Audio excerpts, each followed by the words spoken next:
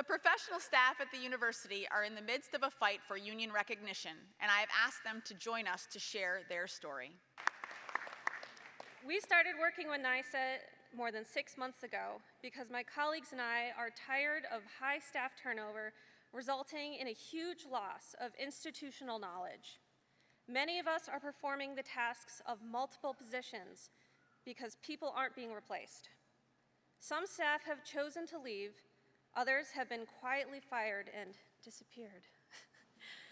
Our benefits are declining and are being unilaterally decided by university leadership. In fact, they blatantly ignore the staff senate, and there's no mechanism to implement staff recommendations. As soon as we started collecting union authorization cards on campus, 4 of our organizing committee members were called into HR and reprimanded for union activity. Amanda was fired.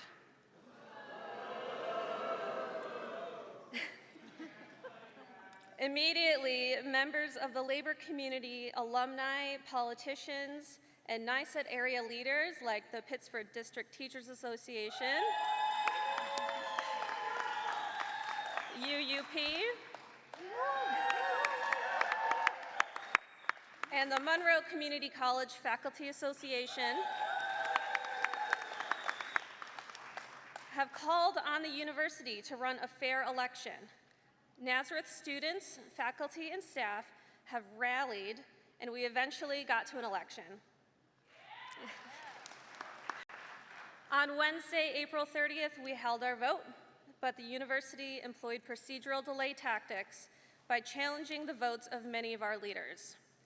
There are 18 challenge ballots. Without the challenge ballots, we are winning 2-to-1 in our favor of recognition.